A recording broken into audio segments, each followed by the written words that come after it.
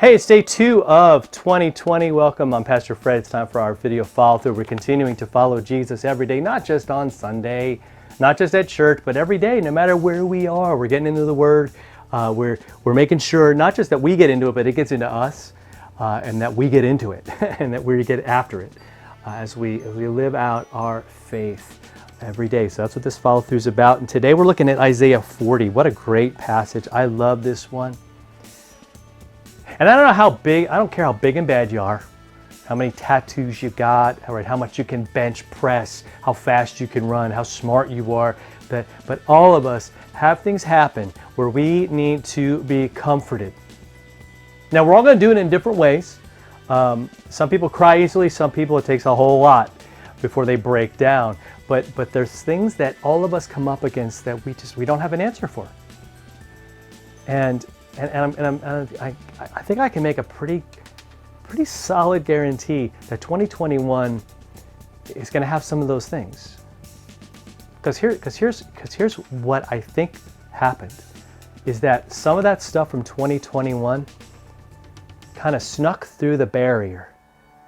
Right, when the ball dropped, some of it said ha ha ha, like little gremlins. Right, they got through. And wouldn't it be cool if we could just do a clean reset and it's just totally like a new start? See the trouble with that is that we can actually make a new start in Christ. Spiritually, emotionally, right? In our world. Now again, all the things around us, like COVID and all the other things, might continue to rage, right? The storms might continue to brew. The problems might continue to be there.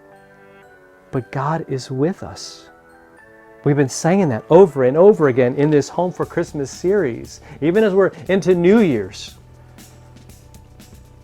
This truth is so important, right? Isaiah 40, comfort, comfort, my people, says your God. Speak tenderly to Jerusalem and cry to her. Her warfare is ended. Her iniquity is pardoned. She has received from the Lord's hand double for her sins. Again, this was spoken to some people who felt defeated. Things were not going well with them. It looked like all hope was lost. But God says, I got the comfort that you need. And I'm gonna comfort you because I know what you're going through. And I'm going to take away, listen to this is so important. I'm going to take away the problem that causes, I think, all the other problems, and that's sin. And sin manifests itself in a lot of different ways: selfishness, anger, resentment, greed, lust, whatever you want to call it. I mean, there's all these different symptoms, but the real problem is sin. And sin is what separated us from God. So Jesus died not just for the things that we do, but for sin itself, to defeat it, to take away its power, to take away its victory. He did that by dying on the cross. He did that, right, by being born the way he did, and he did it in that humble way, in that incredible way, and living that perfect life for us.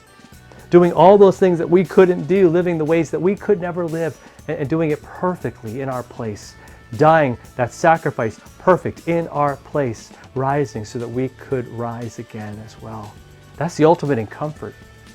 It's not wishful thinking. It's not some really nice, sentimental words. No, this is God's truth, based on all things that He's already done. So the question is today, are we going to believe that? Are we going to live that? Are we going to follow through with that every day? Is that going to be true, whether we're happy or whether we're sad? Is that going to be true that He's there to comfort us? Because He is. And I just pray that you feel that comfort and you experience that comfort every moment at just the exact time that you need it. Because God is that good and He's with you each moment. All right? Have a great rest of your weekend. We'll see you next week for another one of our follow-throughs.